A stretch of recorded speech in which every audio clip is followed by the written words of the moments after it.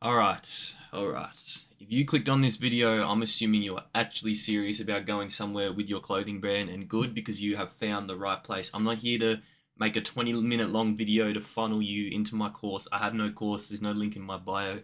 Yes, just kidding. Anyway, I'm gonna be running through today the best clothing brand Instagram tips that you need for 2026. All right, this could be a long one. This could be a short one, depending on how much I yap. But I'm gonna be giving you all the sauce in this video. It's gonna be simple and easy to follow because it needs to be because I'm a simple person, right?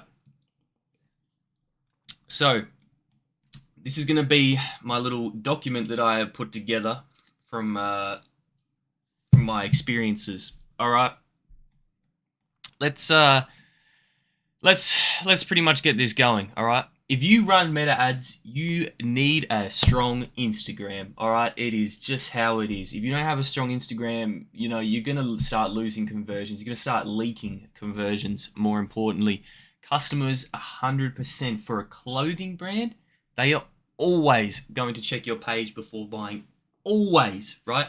You'll notice if you have a professional Instagram account or a business Instagram account, you'll notice you have hundreds of thousands of profile views every month or something from all your ads and stuff like that. Because people click your account, they view it, they have a look, they go, damn, does this brand look cool? They're not asking that. These are all happening subconsciously, and you need to work on improving that, and acting at a social proof and a brand world. Going, down, this shit is dope. Like, this is cool, bro. Like, oh, this brand has 5 followers. Pff, that shit's lame. Or this brand has fucking 1,000 followers.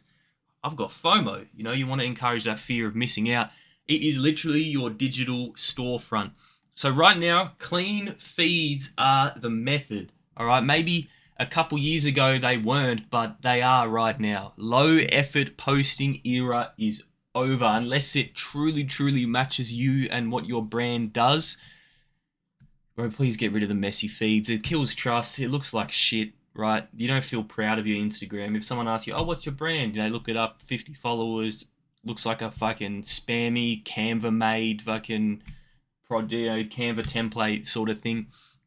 You need to make it look premium. You need to make it look intentional, right?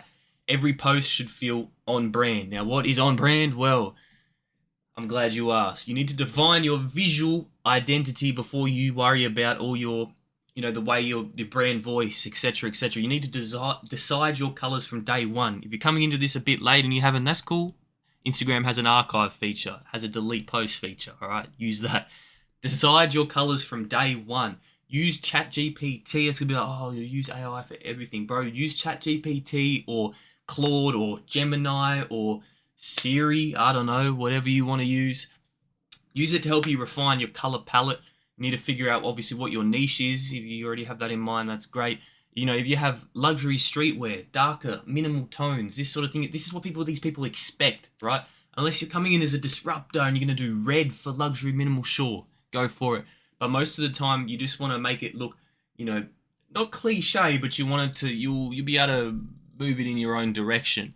For example, athleisure, lighter, energetic tones, or if it's like Aloe, they have like a luxury athleisure sort of thing, and then they go darker minimal tones for the athleisure. So mix it up, have a chat with your AI agent and see how that works out. And obviously consistency builds recognition. So when they see your post in the feed, they go, oh, that was a color. They learn to associate that color with your brand. That's really important, right? You want people to know, that red, Supreme. People associate red and white with Supreme, bro. That's how good you need your color, and your visual identity to be. Obviously, your font system is going to matter as well. One font for headings, one for body captions, an optional accent font. I'd say one or two main ones. Good to have one that looks. People see that and go, I've seen that before. Oh, that's that brand. Fonts become part of your brand memory. As I was saying, people remember it. People know. Everyone knows what the Supreme font looks like. Everyone knows what the Grand Theft Auto prompt font looks like. So if you see that out in the wild, you're like, that's the GTA font, bro. What the hell? Oh, that's the Nike font. I've seen that before, right? Content balance is also important. You don't want product only. That's just boring. People just go, bro, this is just a fucking advertisement. I don't want to fucking follow this, right? Lifestyle only, unclear offer. Oh, what?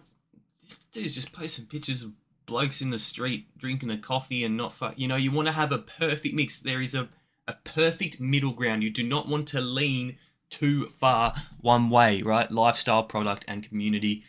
This one here is a little bit more difficult than the other ones, but you will definitely learn that as time goes on, and I'll touch on that in another video that I have coming. Obviously, use AI to help find your ideal ratio, whether it's 2 lifestyle, 1 product, or 10 lifestyle, 3 product, and 1 community, whatever it is. You know, find the ratio. It's a ratio, not a number. It is a ratio, right? Do not lean too far one way, because then you're gonna start to notice things leaking. Obviously, I'm talking about the whole setup of the Instagram account, and the most important one is your simple logo. Your logo has to be simple, right? If people are scrolling, that's one of the first things they see. They see a logo, your name, and then they see the post or the ad creative, right? It must be your logo, a single word maximum. Do not have big, long text. Do not have it, hard to read. Must be readable at tiny sizes. So it needs to be a symbol. Find a symbol. I don't care what you do. Find a symbol. All right, find a symbol that works for you. Make a custom logo. Use Canva. Use AI. I don't care. Make one that fits and matches your brand. If it is luxury, it should be a simple black logo or white logo that can be changed into any color. One logo. Single color background, single color logo, unless you're doing something special like a drop with a new shirt that has a different color, whatever. It needs to match your brand's vision, all right? Obviously, when people click on your creative and, they don't go straight to the website, they'll probably go to your, just to your page, of course.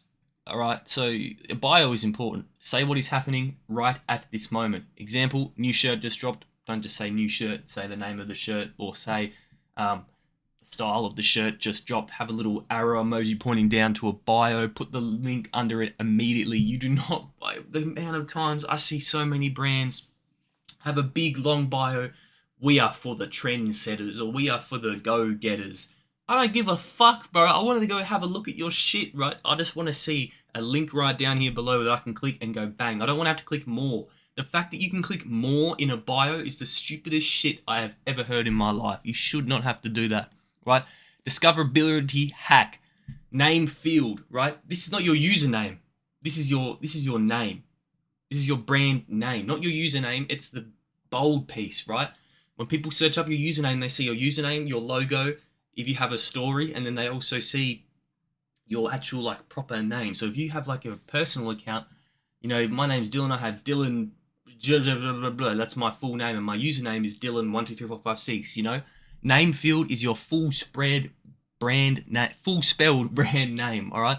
This is amazing for SEO. So people type in one way, it will still come up on the Instagram. If people type in the other way, it'll still come up, because your username and your name, they complement each other, right? I hope you're writing notes. They complement each other.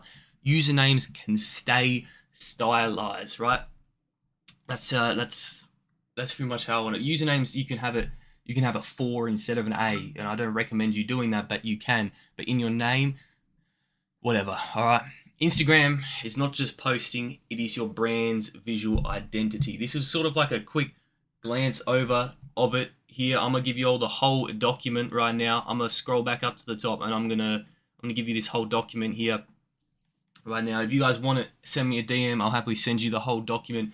This is not AI dribble. This is shit that I have actually experienced, and this is the shit that I use every single day. If you want to make a brand, not just a clothing brand, you want to make a brand, something that lasts you and something that is bigger than you, that sort of thing. If you have any more questions, please feel free to ask me. I'm not going to sell your course. I'll answer every single question you have. Drop it in the comments. Much love. Peace.